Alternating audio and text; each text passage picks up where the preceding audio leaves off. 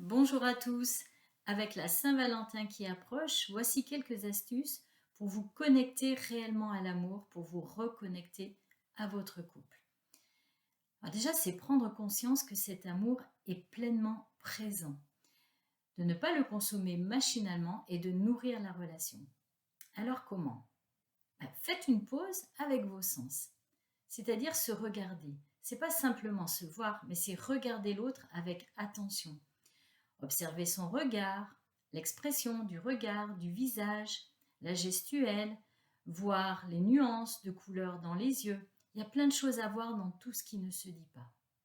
C'est aussi écouter l'autre. C'est ce qu'on appelle l'écoute active. Être pleinement présent à ce que l'autre nous dit et ne pas déjà être en train de préparer sa réponse ou sa réplique.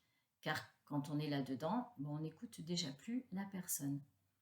Se toucher aussi, une caresse sur le visage, une main posée sur une épaule, un frôlement, se prendre dans les bras, bien sûr, se faire un câlin, et puis se sentir. Ça fait combien de temps que vous avez peut-être plus senti le parfum que la personne met tous les matins?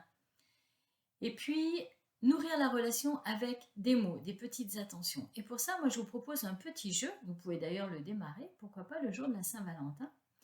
Chacun va noter sur un petit bout de papier un mot, une attention bienveillante, un geste, une envie, une sortie, quelque chose à partager.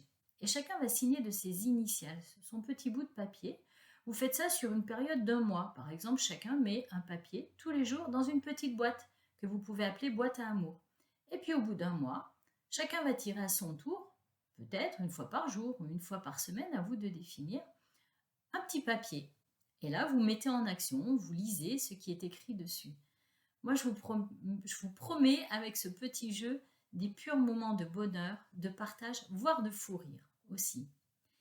Et puis, un premier défi pour commencer.